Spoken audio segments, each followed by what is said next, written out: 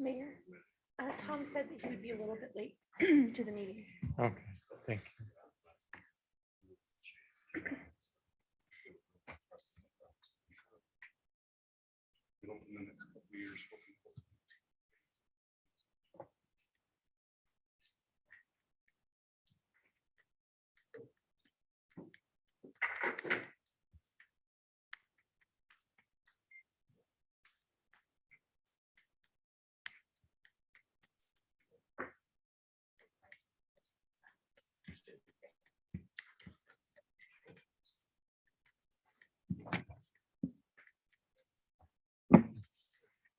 Yeah, maybe we'll have a closed session. Huh? About. I had him put pending litigation on there and then it's disposition of property. As long as it's not the other one, I always get nervous with that one. Which one? Professional competence. You're untouchable. Yeah, I'm always afraid it's gonna be Elect- me. Yeah, elected officials. Chicks still talk about me. Like, can you believe this guy? Yeah, that's interesting and that's. Oh, yeah, we're there, so, okay. We welcome you all here for the study meeting, the West Valley City Council. We note that we have a quorum present. Councilman Hune will be joining us shortly, as will Councilwoman Lang. So with that, then, our minutes of October 12th, we need to take care of those. If someone would like to make a motion, second, I move to approve the minutes. Second. properly before us. No further comments? Then without objection, the minutes will be approved. Okay, then I note Mr. Pyle has joined us electronically, so glad to have him here participating. Let's see, then reviewing our regular agenda for later tonight, there's no changes. Any concerns, any additional information, anything staff needs to be prepared for during our regular meeting?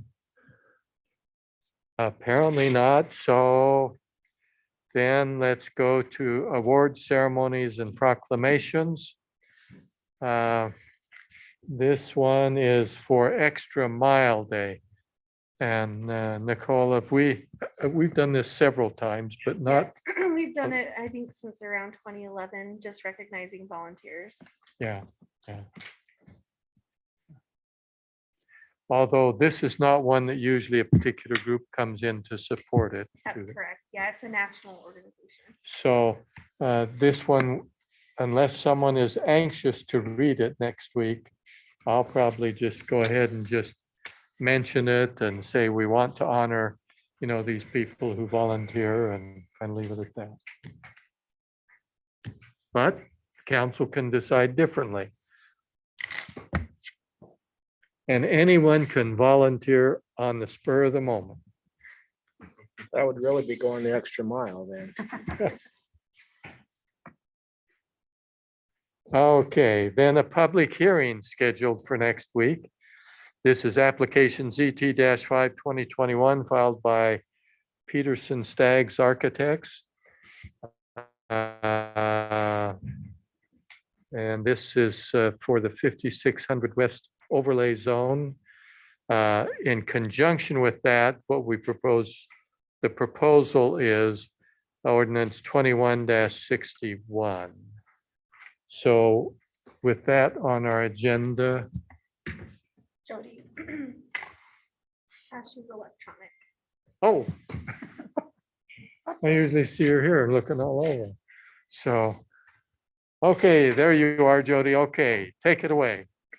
All right, hello, everybody. Yep, so Jody Knapp with West Valley City Planning and Zoning. So yes, this application is a text amendment that was submitted by Peterson Staggs Architects. And their request is to amend a section of the code that has use limitations for our 5600 West overlay zone. And so I do have a presentation. And so there's just some PowerPoint slides. So if we can pull that up. But basically, so the section of code is 714-404, and there's a requirement if you have a fast food establishment with a drive-through, then there are certain limitations. And sorry, are they saying, am I supposed to be sharing the presentation? We have it on our iPads. Do we have it here that we can pull it Yeah, I up? think we have it on our iPads. So hold on just a second, Jody. Okay, It's- and I apologize. I didn't know if I was supposed to do it. Here we go. Sam's sending me a link here. Oh, nope. Oh, pretty picture.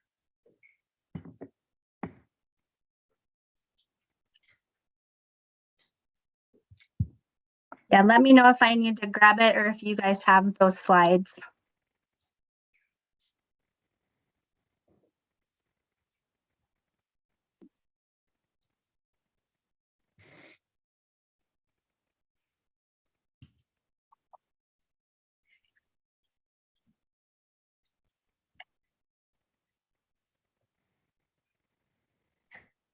And sorry, did you guys have it or should I share my screen with the slides?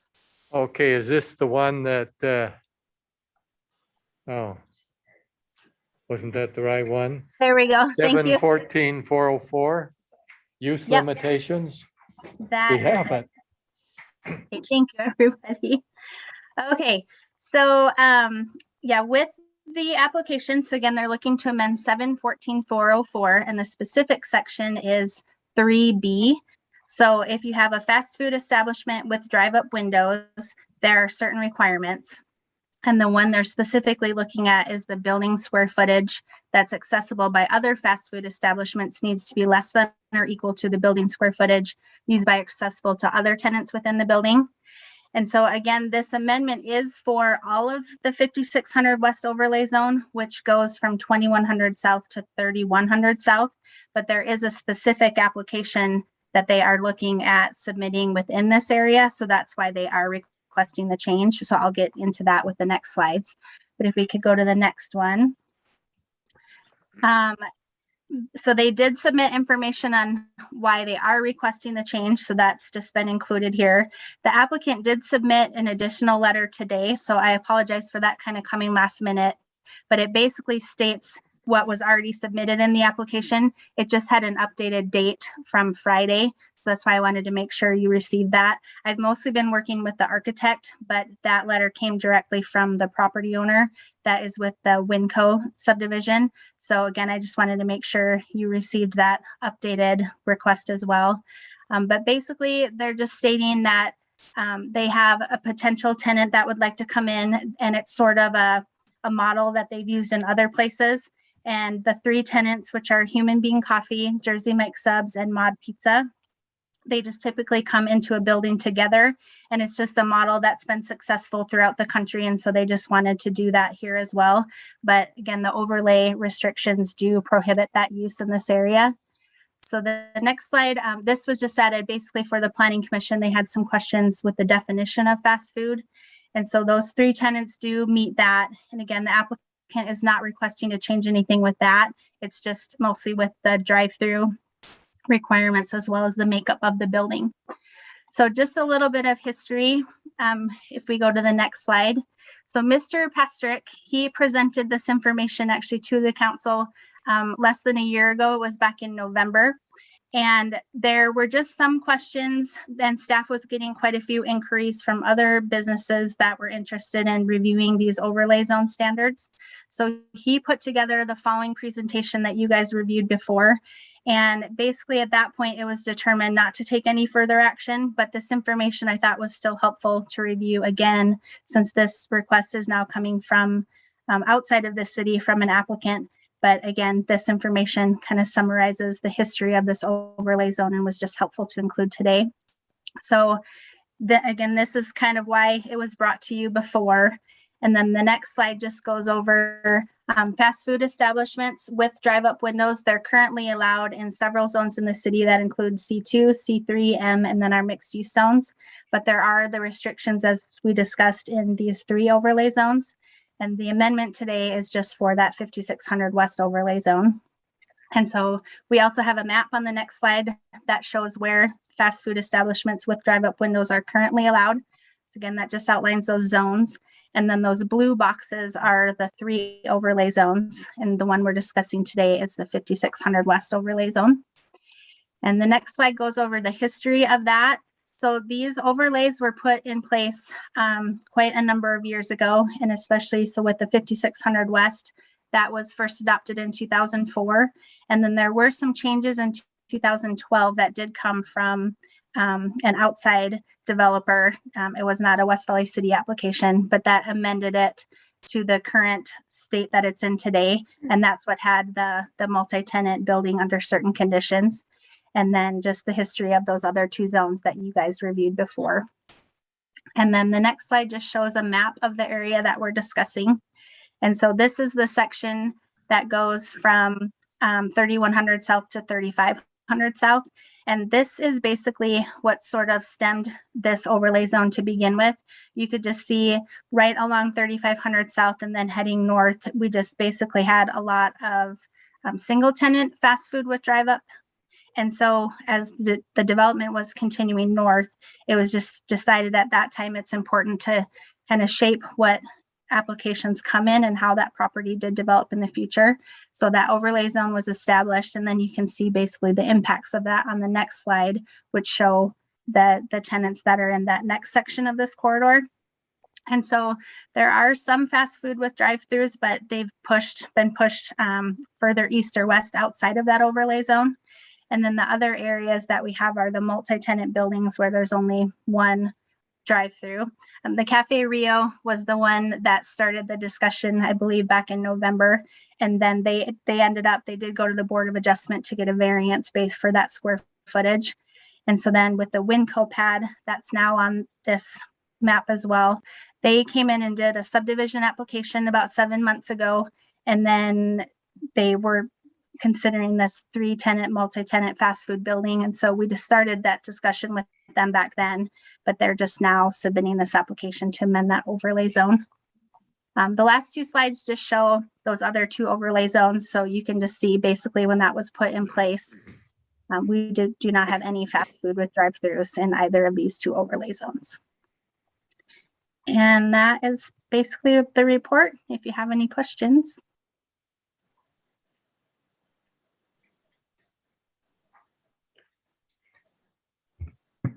I look around. Anyone?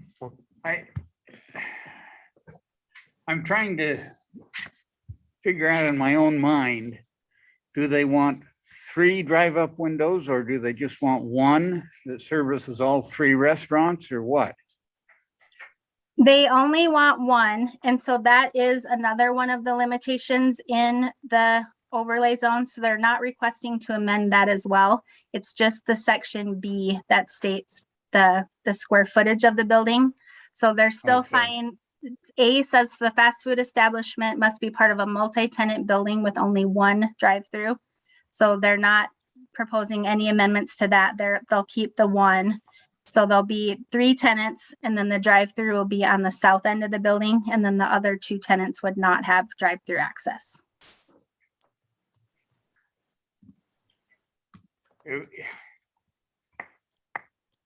I'm just wondering why they have to change the wording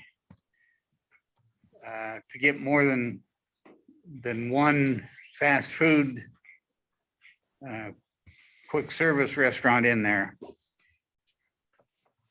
Yep, it's just based off of the limitations that are in that overlay zone. So if they want to have the tenant mix that they are proposing, they do need to amend that section B so that they can have 100% fast food in the building that does have a drive-through. If they didn't have a drive-through, there would not be these limitations and they would meet the requirements in the overlay zone. But yeah, their current model that they would like to build at that particular site wouldn't meet this criteria. So they just have to change the requirements for the entire overlay zone.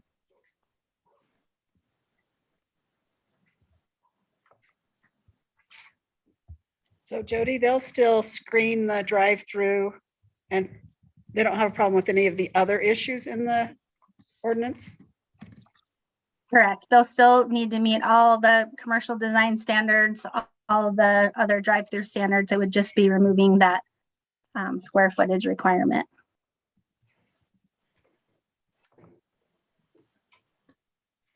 I don't have a question for staff, but I have some comments,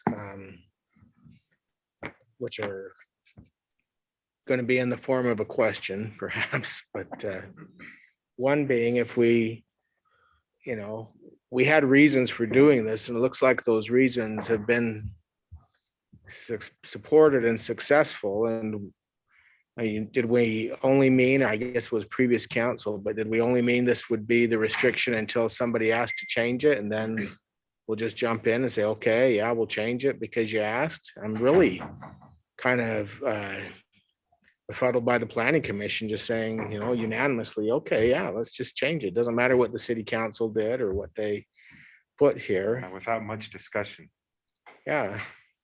And then the question is, if this should be changed, why don't we change it for the other zones? Why would we, Not in the other zones. right, I mean, we're looking Overlay at zones? the other overlay zones. We're just looking at an applicant at a time and I don't think that's really the way that we should be doing business. I think it's really a deep level policy discussion as to, are we just gonna undo what was done before because we have an application?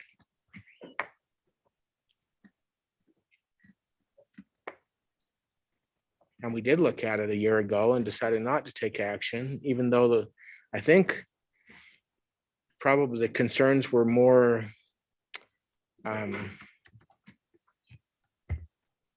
more urgent at the time, where restaurants were trying to adapt to try to stay in business and deal with the pandemic at that time than now. But I mean, it just really concerns me that it seems like such an easy change, but should it be? And maybe that's a question too that I'd raise with staff. Have we run into any other problems in this time? It seems like it's been quiet and restaurants are surviving. Any other complaints that have been lodged or questions on that issue? Jody, have you heard anything? I do believe most of the questions have come with this 5600 West area. But to your point, I mean, that is exactly why this was brought before you guys in November. And again, why I just reused Steve's presentation, because that information was very helpful. So at that time, it was sort of more an overall larger staff and council policy discussion with the direction to not make any changes at that time. We have spoken with the applicants about that and each went over this information with them, that it was a pretty recent discussion, but they still did want to move forward with the application. So I'm not aware of any requests with the other overlay zones. It was just talked about again in November because it was the policy, and those were those 3 sections that limited those uses. But yeah, it just seems like the 5600 West area has been the one where we get the most questions on this overlay. When something's built there, they're not going to build anything else. I mean, if we're just going to say, okay, let's do fast food, then we're just going to be a fast food corridor. They're going to be more Well, as there's a they lot are to there the south. already. Yeah, as they are. That's why, The others don't all have drive-ups. That's. Yeah. If they didn't have a drive-up, they could go in there without any problem. And plenty of other businesses have accommodated the issues. They haven't come, I mean, we haven't allowed it to change and they've built their buildings and Have somehow just Dunkin' fine. Donuts and Cafe Rio accommodated into the wording. Even though they're in the same. Well, They got a nothing, variance, I think. they yeah, got a and variance. originally Cafe Rio was not in the other half of that building. Yeah, Cafe Rio moved after the coffee place moved, the donut place left. So that one was kind of staging, and timing. This one, I don't know.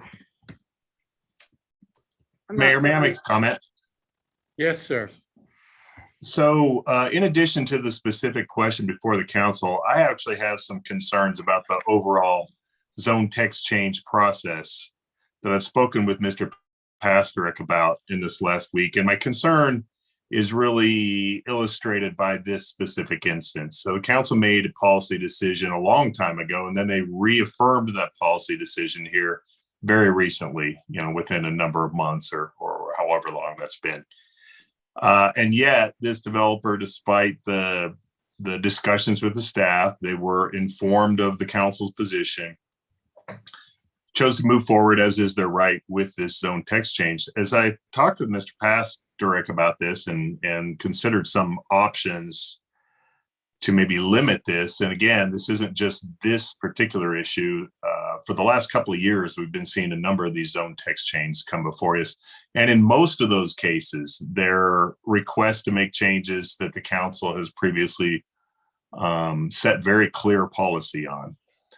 And one of the reasons I think developers are inclined to do this is the bar to entry is just pretty low. It's a $250 application fee, and they basically can have us go through the whole process through the planning commission, or through the staff, through the planning commission, and then through the council.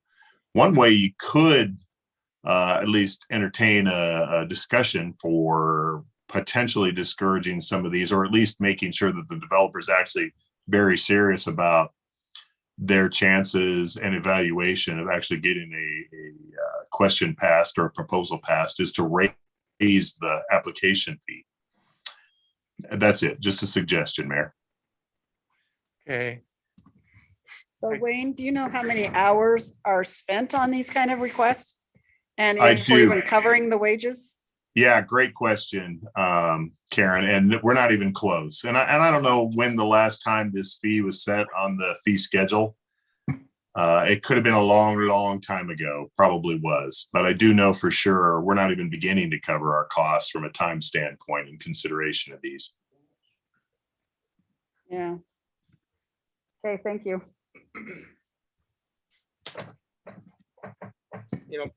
Personally, I would like to see these discussed and denied at the planning commission level.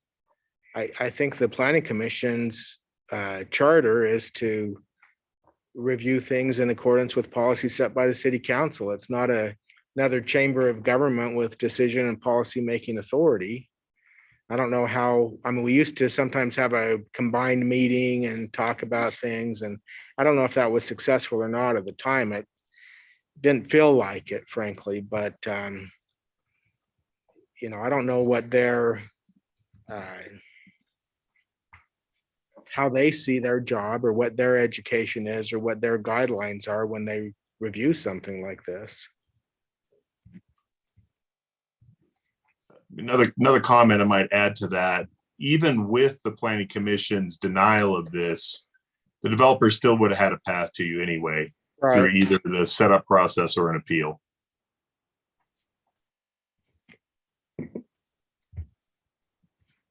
And then if we don't change the text, do they have the ability to go to the Board of Adjustments and get a variance?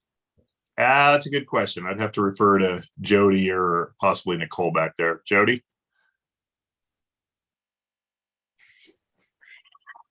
Yes, I believe technically they would. In this situation, I do think it is a little bit different than the Cafe Rio, just as you mentioned with the whole timing and staging. This is a brand new subdivision with a brand new building. They were made aware of this requirement long before they submitted anything, so they definitely created that hardship themselves.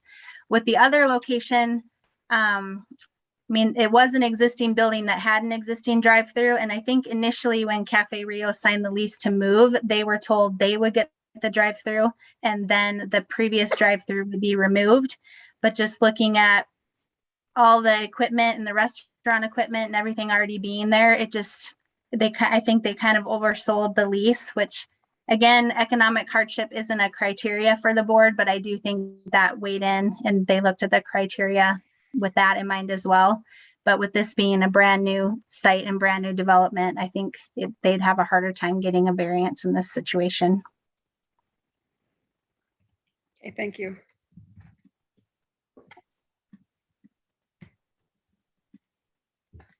So I suppose the reason that we have this in this zone is so that we can have more variety along that corridor. And I think that's still necessary and desired.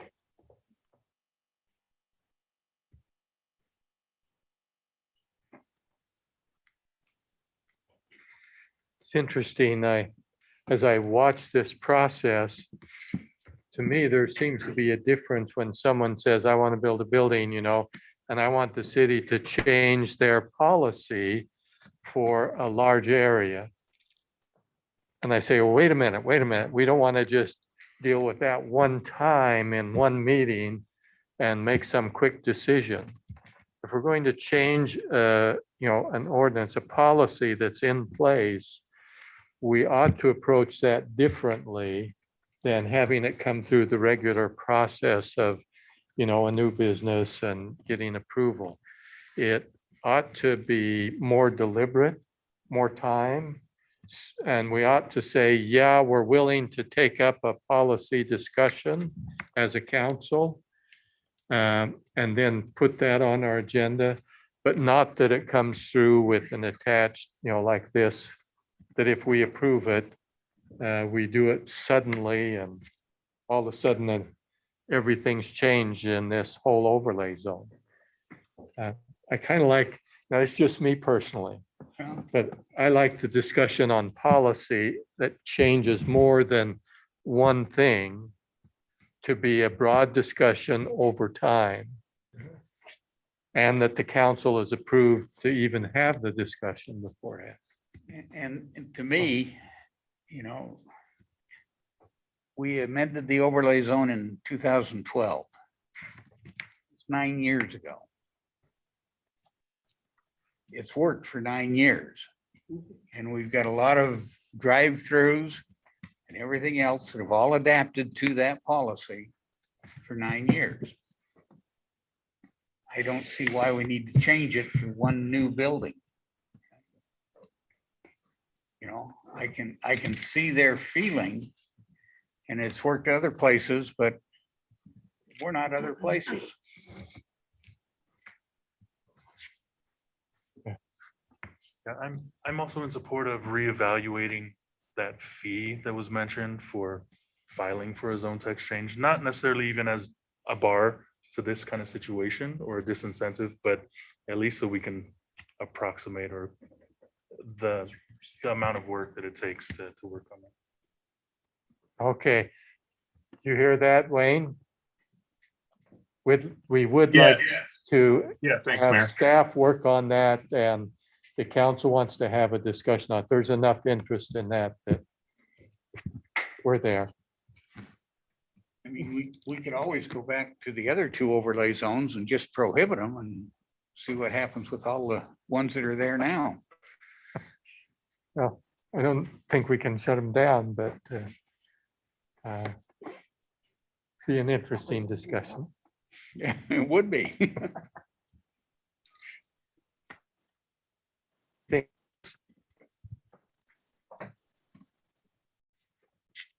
Okay. Not hearing anything else, Jody, thank you very much. Let's see, what is now, there's the overlay zone, a resolution. This is the memorandum on ATF. The Federal Bureau of Alcohol, Tobacco, Firearms and Explosives and, Yeah, but Deputy Chief Buchanan. okay. Why don't you come up here and this is something that we are a little bit familiar with, but doesn't come up all the time, so. Good afternoon, Mr. Mayor, Council. My name is Scott Buchanan. I'm the Deputy Chief in the Police Department. Before you today is a memorandum which renews a current agreement that we have and that we have actually had for a number of years. I don't know the exact number, but it's probably been in the neighborhood of 20 plus years Yeah. that we have partnered with the ATF specifically. With this renewal, it is, there's a few little highlights here that I have. The ATF has now put a 5-year expiration date on MOUs, so that is now built into this current agreement. Probably the most notable element of this is specifically allowing for the use of body-worn cameras by task force officers if their agency allows for it or requires it, whatever the case may be. So it has long been an issue for us. Our department has had body-worn cameras for a number of years, and our requirements for the use of our officers' body-worn cameras is stringent. We expect them to be used in almost every case where they have interaction with others. When it comes to our federal partnerships, those federal rules apply, and we have not had our officers utilizing those body cameras in those situations.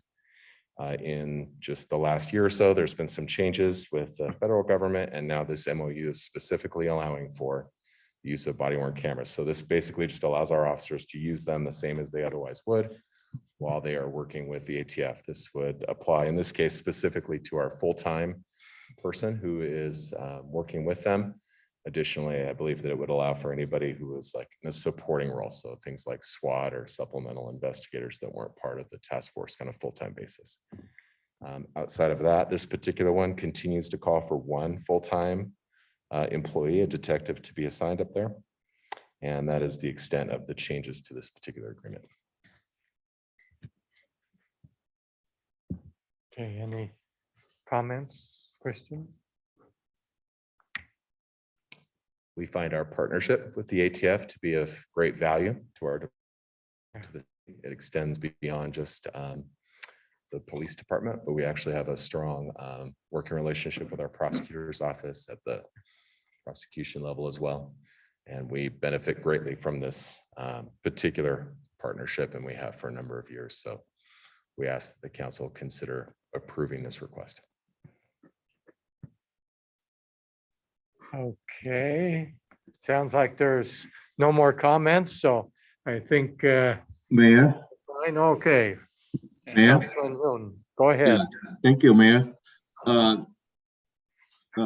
Here I have a question for you, Mr. Billman. I mean, I forgot last name. It's okay. But anyway, Deputy Chief Buchanan, sir. yeah, okay.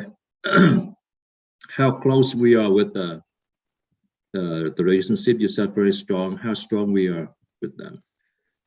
I can't imagine a situation here in our state where it could be any stronger. And what I mean by that is that the number of TFOs, task force officers assigned to this particular task force is relatively small, and it relates to a certain extent who the ATF is interested in working with. It's not just like a free for all. There is a reasonably significant amount of work that comes from West Valley City. And because we have our task force officer on this task force, as a result of that, that work is prioritized from the moment these cases are received all the way up through prosecution, because we are able to put our own assets towards that. So not only is there a significant amount of cases, we also get those cases processed quickly, which can't be said for other parts of the state that don't necessarily contribute in the same way. Okay, Jack, I got it. Buchanan, okay. Here, what the benefit we have if we have that kind of relationship with them, that strong relationship with them? The benefit would be the allocation of federal resources towards these types of investigations in a way that's prioritized for the members of and the benefit of our community specifically. Firearms tend to lace their way through a host of different types of problems that impact communities. So when we are able to bring our federal partners to bear on these types of community issues, then we're able to get those types of cases prioritized from both the inception, the investigation level, and then through all the way to prosecution. And ultimately, the federal resources of this kind are scarce. And there's lots of people asking for help, not necessarily that much help to hand out. Because we contribute this position, we are in a position also to reap the benefit of that by getting these assets allocated towards our needs in this community. Here, so we gonna have some bad apples out there, and we effectively doing very good here so far in our city. Yes, sir. There's no question that there's many times where we might have an interest when it comes to a particular case, and due to the realities of prosecution at maybe a local level, might not allow for, say, an offender to be placed into a custody situation in a way that benefits us. We can turn to these federal partners, and they have a whole different set of tools that allow us to like bring forth the best resolution for our city that maybe wouldn't be possible if we weren't able to get these tools. We are more effective in getting the bad guys when we have this kind of a program at our disposal. What can we do to support you guys, to help you guys to bring closer to the ATF? The approval of this agreement that we've brought before council would be the extent of the support that we would be looking for. The council in the past for a great number of years has supported this program, and we ask for the council's continued support. Is there any other things you want us to do besides this agreement? I believe that at this time, and with the extent of what we're talking about here today, I think that would be the best case scenario. Outside of that, there's always different areas where we continue to seek support, and we receive that support from council, and we appreciate that very much. Okay, thank you so much. Thank you, Appreciate sir. that. I think it would be safe to say that these types of agreements receive review not just by you and the department, but by Wayne as well. And that hard questions are asked about its effectiveness, its impact on our city, not just on the prosecution, but how that impacts as well some of those individuals who are involved in firearms and explosives and different things. So it seems to be a real benefit, and it also seems to be, I wouldn't say expected, I can't quite get the right word, but we're a big city in Utah, and we need to play a role in more than just our traffic tickets and home robberies and so forth. So it's a very good thing to have this, and certainly commend our department and all those involved with it for taking the initiative and keeping this active and helping us be more effective overall in public safety. So thank you. Thank you, Mr. Mayor, council. Okay, let's see. Next, resolution 21-184. I guess I didn't say 21-183 on the last one. If I didn't, I'll put it in the record now. Okay, purchase of a marquee and related equipment from Freedom LED. I think it was 400,000 maximum on that.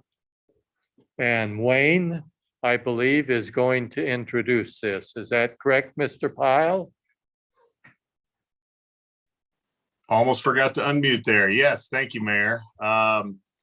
So the short of it is, it's time to replace the marquee over there at the Maverick Center. If you look at it much like I do, you may notice from time to time some pixels disappearing or some general dimming or some flashing, just age-related problems with the marquee. So it's time to replace it.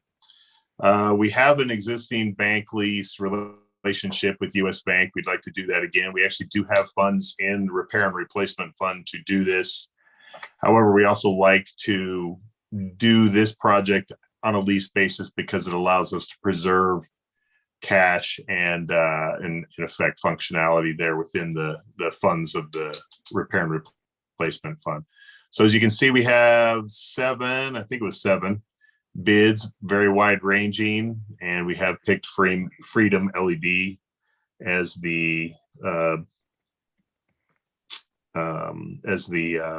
vendor. I think it was Freedom LED. That's the lowest one. If I am wrong on that, however, I also was wanting to introduce to you, Kevin was not able to be here tonight to introduce this item, but Jim Fuco, who many of you may remember, is the finance director and controller over at the Maverick Center. So if you have any questions about the financing of it, we can ask him. But like I said, it's a pretty straightforward project. It's time to replace it. That's the cost. We got a number of bidders, and so we'd like to move forward with the project. Wayne, this is to replace, and so it'll be essentially same size, same location, everything. In fact, aren't there some state restrictions if we were to make huge modifications? Yes, and we're being very careful, of course, to stay within the bounds of those agreements and commitments Yeah. we've made. But yes, Mayor, what you're saying is correct. It's essentially just a replacement of the sign we have. So even if I wanted to double its size, I couldn't, so.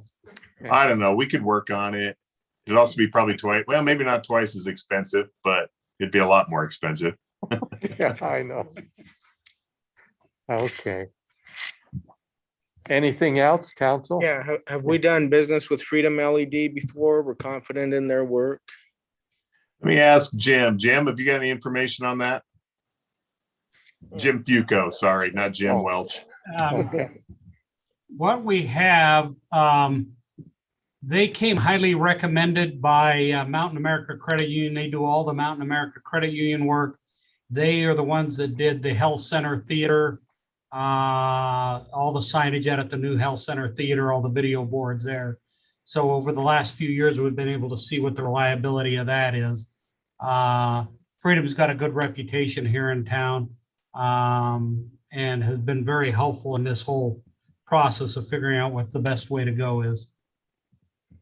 Okay, thank you.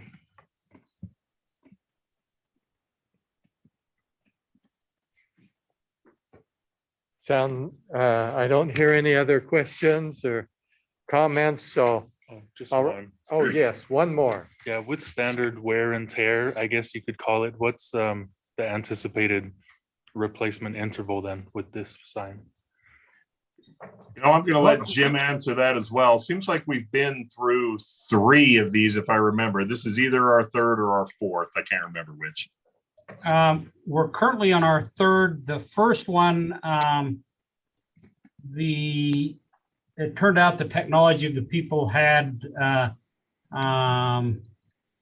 just didn't cut what their claims were.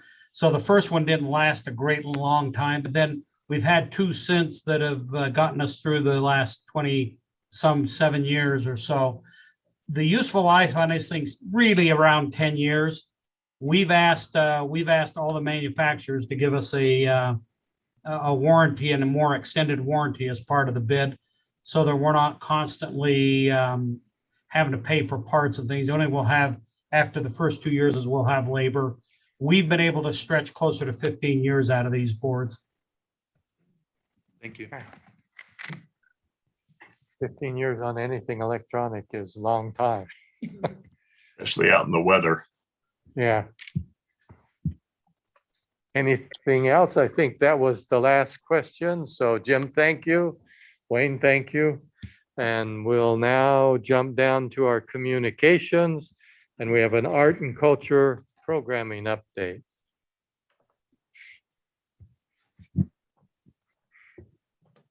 And unless Wayne has it, oh, there's Nancy. And we got people here to answer any questions? Yes, yes. Thank you, Mayor and council members. Nancy Day, Parks and Recreation Director. It's a pleasure to be here. They're getting that up there as we talk. It's a pleasure to come and talk about the Arts and Culture Division. I've thoroughly enjoyed working with the staff. They're very knowledgeable and passionate about what they do for the community. And this is, they do a lot. And it's nice to have staff that want to do these types of things. We're really lucky in our city to have the facilities and the events and the programs that we have in this area, because a lot of communities don't have that. So we're really happy that we're able to provide these types of services for our community. So I want to jump in first and talk about the Utah Cultural Celebration Center and give you some quick updates there. First of all, we are seeing a resurgence in the facility use and event attendance. It doesn't mean that we're where we were pre-COVID, but we're moving the right direction and we're seeing some of that. For example, if you look at the months of November, December last year, the number of events and reservations at the Cultural Center, there were 12. This year, there's 41. So we're seeing this happening more and more. Additionally, the staff have mentioned that November feels more like a normal year, normal month, because what they have seen over the past year and a half is reservations are being canceled because of concerns or different things coming up. We haven't seen that happen yet for the month of November. So we're seeing some good trends with that. I mentioned this next one 2 weeks ago when I talked about the parks, the canal renovation. As you know, the canal water is being shut down and the water will evaporate or soak in. It'll get to a point where there won't be any water in that canal. So we have several different options that we are looking at, pulling together the cost, the pricing, what we can do to make sure that we keep that amenity nice and looking good and functional. So we're in the process of that. Additionally, I spoke recently with Terry Chen further about the Chinese gate repair work that needs to happen. He spoke with the builder in Taiwan and also the architect who's actually here in Sugar House, their business. And we've got some really solid information. So we're hopeful to be able to maybe start something when the weather breaks in the spring. So hopefully next year we'll be able to see that. Of course, we have to take a look at what the budget comes back at for that as well. But we're anticipating being able to move forward with those repairs. The energy efficiency project at the Cultural Celebration Center, now that the fitness center is completed as far as mechanically and in its location, it's not, they're still kind of working on the temperatures, the heat and the cold to make sure that it functions properly, but it's already built, it's already in place. So now we're moving forward with the Cultural Celebration Center with the work that needs to happen there. Then there's just some capital repairs, which you're all very well aware of, things such as some of the concrete work around the facility itself. The staff were able to get some grant funds that they think they'll be able to apply towards that. So that's always a good thing to be able to use those funds there. There's also the rooms that were in the basement that were used for a while from our police department while the public safety was being built. Those need to be renovated so that we can rent those out again. The foundation, there's some work there. There's a variety of things, as you're well aware. The energy efficiency project will help with some of the things that are there, but there's still some overall projects that we need to work on. And that also includes the amphitheater, some of the work that's there as well. All right, so let's talk a little bit about arts and culture. So the galleries are doing really well, I think, for this calendar year. There's 16 rotating exhibits that are happening, and typically what they see is 20 to 22. So again, we're moving the right direction. We're getting where we need to be with that. Additionally, there was a $13,000+ donation that was given to the foundation to help with the new lighting in the Plaza Gallery, which is down in the basement there. The lighting was not efficient and what it needed to be. So that's fantastic to get some money to help offset those costs there. You're familiar with Susan Kleeker's project, Artrageous. That's been around for quite a while. It's very successful. During COVID, she couldn't really run it the way that it's traditionally set up. So She was creative. She was able to create an online version of this program, and it's gotten high regard from local and state educators in our state. And it's something that she was able to continue with those educational programs, even during a time period when that, it really wouldn't have been able to work out traditionally. You can see on the bottom picture there. So this is the integrated educational tours of the theater. So that's the first one. It's through American Prep Academy. They had the 96 fifth grade students and the 31 chaperones that showed up, and they learned everything about how to run a theater and how to do a production and, all the back rooms and all the ins and outs. And it was a great learning experience for these kids. And the teachers have since come back and just said how wonderful that is. One of the best field trips they've had. So you'll see more of that continuing there. On the concerts, we had our 5 summer concerts in the amphitheater. Again, we need to work on drawing more people into it and letting them know that, hey, we're back, and what we can do there. So that's one of the things we're working on. But those did occur, which is a huge step in the right direction. And the winter concert series has been scheduled, and it should be on your calendar, your council calendar for those events this winter. Day of the Dead is back.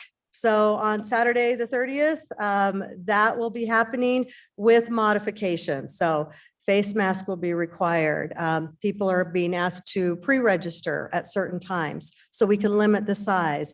As you know, with this particular event, there's a lot of congestion, a lot of people there. And so we're trying to avoid that at all costs. The vendors are being spread out, no face painting. So a variety of things like that to help keep the staff and the people coming to the event safe. This next one is new. It's the Tree Stories, A Breath of Fresh Air. This is being sponsored by Tree Utah. And one of the things that really excites me about this is it's a collaboration and a crossover to other divisions within our department. So you've got the gallery, you've got the artwork of all different mediums that is going to be there. There's going to be tree plantings in the community. There's going to be interactive types of things online, an educational component that's being put together. So you'll be getting more information on that as we get closer, but it's going to be really quite exciting, and I think something that you'll truly enjoy. The kickoff will be on March 10th, but again, you'll get more information on that. And then the last two I just wanted to put on there to let you know, we did have to cancel those this year, the Wasatch International Food Festival and the Summer Community Theater production. Part of that's due to the COVID-19 and the restrictions, but also, when you're running events, as you all know, and you're setting up these types of things, you have to have a number of months in advance to market it, to put it together, to make sure that it's going to be successful. And we just did not, quite honestly, have enough time to do that. And staffing, as you know, has also been an issue. So we wanted to be sure that we brought it back in a successful manner. And so we're looking forward to next year and hosting those. All right, so we're going to jump right into the theater, the West Valley City Performing Arts Center. And so let me go through a few of the strengths here that I have listed. First, we're seeing attendance growth. And as you can see on the chart on the bottom here, you can see how the attendance has grown as the season has progressed. The bottom ones were the earlier productions. You can see they had a couple extra performances. That's because initially at the beginning of this year, there were some Monday night performances. We felt like we wanted to bring larger numbers to the other performances as well. And so those have been eliminated temporarily until we see our numbers grow further and get back to where they were. But that's, in case you're wondering, that's why that is reflected that way. And on number 5, you'll see that dip down to 0. That was the Sweeney Todd performance. That was one that we had to cancel. The lead actor got really sick. And the person that would step into his role was stepping into someone else's role because his wife just had a baby. So it was just one of those perfect storms. And so we ended up having to cancel that night. But everybody that was coming that night were given tickets for another evening that worked into their schedule. So the staff did a fantastic job with that. it's fun to see the additional community and performer passion. And I mentioned this a few months ago when I talked about this division. We're seeing the people that are directing and the actors that are really stars out there in our state really come together and say how much they love our theater. I was able to go for Sweeney Todd, one of the technical rehearsals, and actually talk to the director, John Sweeney, who is very well known in the state of Utah. And he's done some tremendous things. And because of how, really great he is in what he does and how he interacts with the performers and everything, he brought a lot of really high quality performers with him. We're going to be working with him more this next year, but it was really fun to see how well they work together. And while I was there, I had a number of performers come up to me and say, and Andrew, and say, you know what, we love this theater. One in particular was a young man that started his acting career at the Old Hell Theater. So when he was a little kid, he got into their acting classes and he just loves it and they want to see it succeed. So those are some really positive things that we're hearing there and we're seeing. And of course, you all know that our partnership with the Utah Shakespeare Festival is very strong, and we'll talk about their performance here in just a second. I wanted to point out also that the ticket sales revenue is increasing. We're seeing the incline that we've wanted to see there. The first 3 productions this year, this is just ticket sale revenue. So it's not donations or anything like that. It's purely ticket sales. We were just under 28,000. The last 2 productions more than doubled that at over 60,000 in ticket sales. So we are moving the right direction, and that's a good thing to see.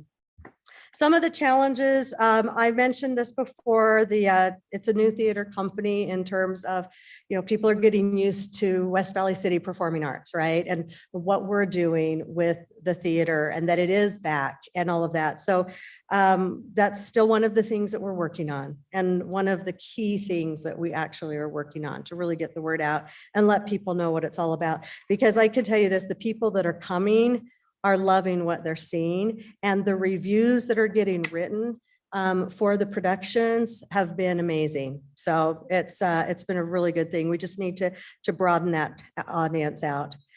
Staffing is better. So we've been able to get some staffing, but it's still not where it needs to be. And so we're working on that. And just like the Cultural Celebration Center, there are some capital repairs, as you're very well aware, for that facility. So let's talk about the upcoming productions for the remainder of this calendar year. The one that actually tickets are currently on sale is Gold Mountain. This is the world premiere for the Utah Shakespeare Festival that will be in our theater. So it just starts in 2 weeks, 2 weeks from Thursday, I believe. And it will run through November 20th. So we're excited about that. And just real briefly, so that you have a little bit of understanding what this is, and I'm not going to try to remember how to word it, so I'm going to read a couple sentences. It's a new original musical, a heartfelt universal tale that celebrates the striving immigrant spirit, the redemptive, power of love, and the ultimate nobility of self-sacrifice among a team of Chinese railroad workers. So we're excited about that. I think it's going to be amazing, and I hope you all get the opportunity to come. The next one will take place in mid-December. It's called Star of Wonder. This is a facility rental. So this is a production that's being brought to our theater. They're running it rather than us running it. It was here last December. It might be changed a little bit slightly here or there, but I'm really excited about it. It's what they call a Christmas jukebox musical, meaning the carols and some of the songs that you hear typically around Christmas will be in this production, in this play. And same thing, it highlights the story of Faith as a soldier returns home after his experience fighting in World War I. He finds the courage to tell the story of how one carol stopped a war and brought peace on earth. And so all of you that follow your history will know what that is. So I am really excited about this production, and I'm looking forward to that. I think it will be a wonderful Christmas production for us to have. So now let's talk about the season coming up. So we've got the first play that will be there at the theater is Beauty and the Beast. It's a Disney classic. I don't think I probably have to say too much about that to you. I'm excited to see what the costumes look like. I think they're going to be amazing. So we're excited about that. The next one is called The Foreigner. It is a comedy and it has earned several awards. That will take place in March. A little difficult to tell you everything of what this is about, but just suffice it to say, there's a couple Englishmen that go to a fishing lodge. They don't really want to interact with other people at the lodge. So they have one person that, one of them says they're from an exotic country and they can't speak English. And so the people there think they can't understand English, and it just is tales of comedy surrounding that. So I don't know if that helps or not, but just so you have a little taste of what that will be. Little Women is a very common, popular one based on Miss Alcott's life and her sisters growing up in the Civil War era. That will be next. In the Heights actually came out on film earlier this year. This is a real upbeat, fun musical. It's set in a Latino community in Washington Heights, and it follows a number of cast members as far as what their life stories are, what their dreams are, where they want to go, that kind of thing. And then the final one is Little Shop of Horrors. And for those of you that don't know that storyline, it follows a hapless florist shop worker who raises a plant that feeds on things other than what Councilwoman Lang feeds her plants, right? Correct? So, so that is our season for next year. I am thrilled with it. I think it's going to be a great year. Staff's doing a great job, and we're excited about that. So are there any questions that I can answer for you? Yes. So I went to it, I still can't remember, Footloose. Yes. So for Footloose, I got some calls about the language. Okay. So can we rate these? They were very disappointed because they brought their grandchildren and then realized it was not appropriate for them. Because of the language in there. And there is a rating system. So that's an excellent question. So There is it somewhere on the website when they're It buying is. tickets? It to alert them? is. It talks about what that particular production is rated and if there's warnings and things, but we can address it too and see if maybe we need to add a little bit more verbiage to that. Yes, Andrew? So for clarification, the rating system that we have now implemented, that was implemented after Footloose. Okay. before Oh, Sweeney okay. Todd. Thank So you. that is such, that has been added since that experience. Okay, so they'll know if it has language or such. Okay. Yes, yes. Thank you. And if it is more for adults, because sometimes there are productions out there just by the nature of what it's Subject, about, yes. right? Yes, the Yeah. subject. They'll also be told when they come in as well, but yes, so that's on there. So thank you, Andrew, for clarifying that. And I do want to make sure that each of you understand that we take quite seriously the scripts and the productions that we bring in to the theater, because we know the audience, we know what audience we want to fill the seats with. And so there's one of these productions, for example, next year where there will be some changes to it for that same reason. So so we appreciate any comments that you send our way as well, because that helps us. Okay, thank So you. thank you. Is that everything? Before you leave, could we cover one item on the council calendar? That's, I think, next on our agenda. Absolutely. I was hoping we could get a number. Oh, a number? Yeah, Oh, she'd sing a number Yes. for us. yes, Councilman Bueller that thought I kind of would number. either dance or sing, I'm but I sorry, told him you're I would if talking he to a did. CPA. When you say number, it means number. Yeah. So we'll Okay. wait for next time. There you go. Next time. Next time. Okay. There were some questions came up to me on Veterans Day.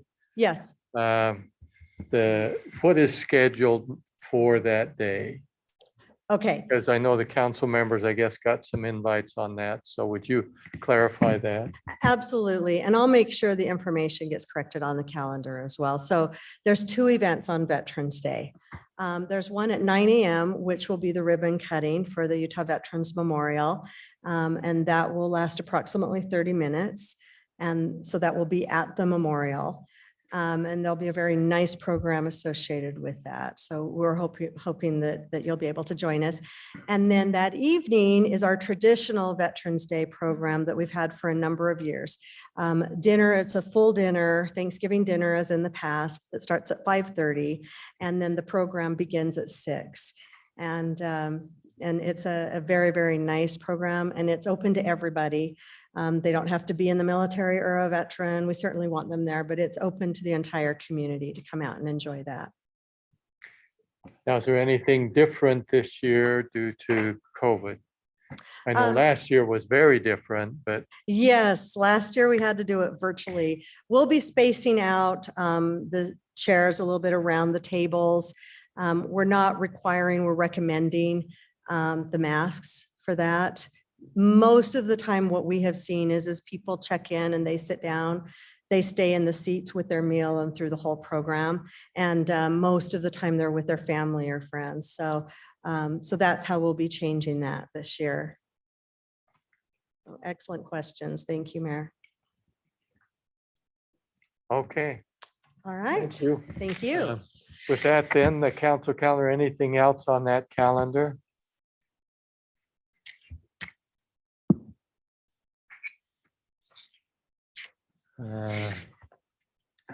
Okay, then we'll go to potential future agenda items.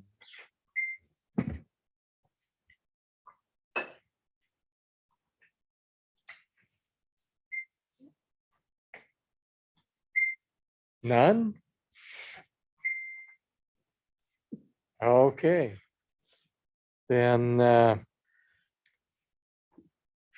the council reports. I attended the Western Growth Coalition yesterday.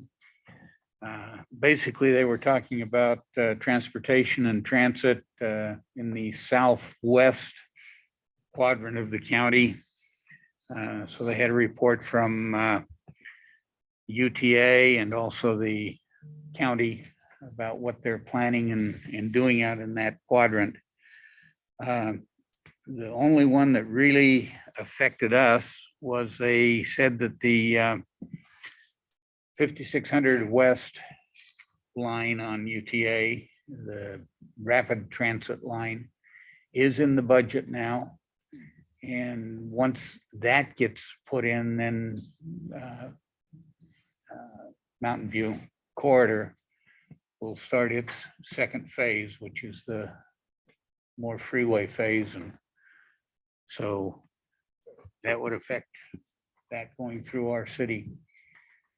Don, did they say bus rapid transit, BRT, or is it just express? It's an express bus, Express. Yeah. Okay, that's what I thought. a little different than BRT, Yeah, but doesn't have won't have as dedicated a line and everything.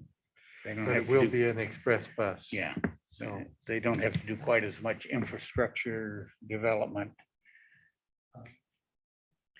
And then they did mention that they were moving forward on the BRT line through Murray that we passed the MOU for last week, so. And so that is looking forward, and the county is still surveying to see if they really do need east-west transportation lines or not. Someday they'll do more than survey and start working on something. County. Yeah. We know what they need, but they won't listen.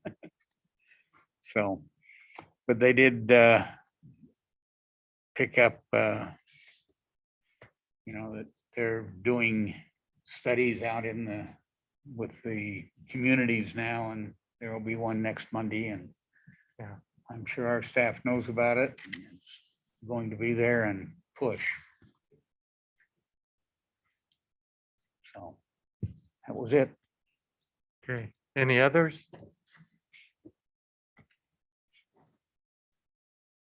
I would just mention there was an activity in West Valley sponsored by Chamber West, a Meet the Candidate Night that was held last week. And many of you participated in that. I just mentioned that it did happen. It was held over in the police building.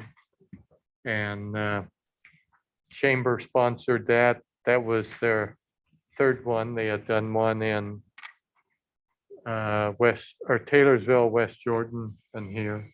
So that's all I would say. It's just that it was there, a chamber activity, just to clarify. Although several of you attended that, it was not sponsored by the city. So with that, then we have completed our regular agenda. We do have a need for a closed session for two purposes. One, for consideration of pending litigation. And second, for a discussion on the disposal or not disposal, disposition of real property. So if we could have a motion for that, that will be the exclusive topics for that discussion. We will take no other action or discussion and then adjourn immediately following that. So moved. Second.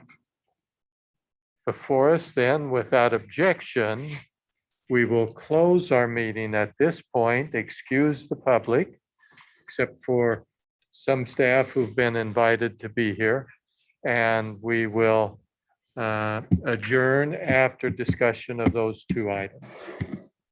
Thank you very much for coming and participating. And I believe a separate meeting notes for Wayne and Tom.